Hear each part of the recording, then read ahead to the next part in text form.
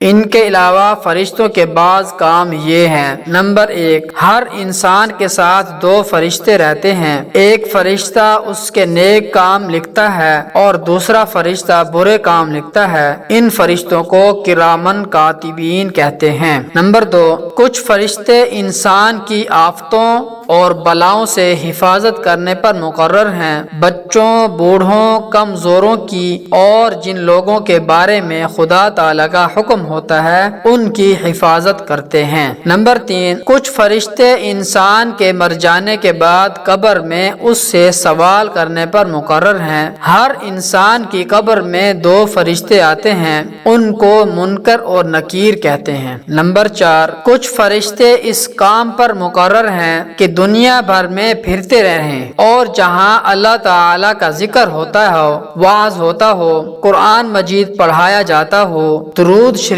پڑھا جاتا ہو، دین کے علم کی بات ہوتی ہو، ایسی مجلسوں میں حاضر ہوں اور جتنے لوگ اس مجلس میں اس نیک کام میں شریک ہوں ان کی شرکت کی خدا تعالیٰ کے سامنے گواہی دیں۔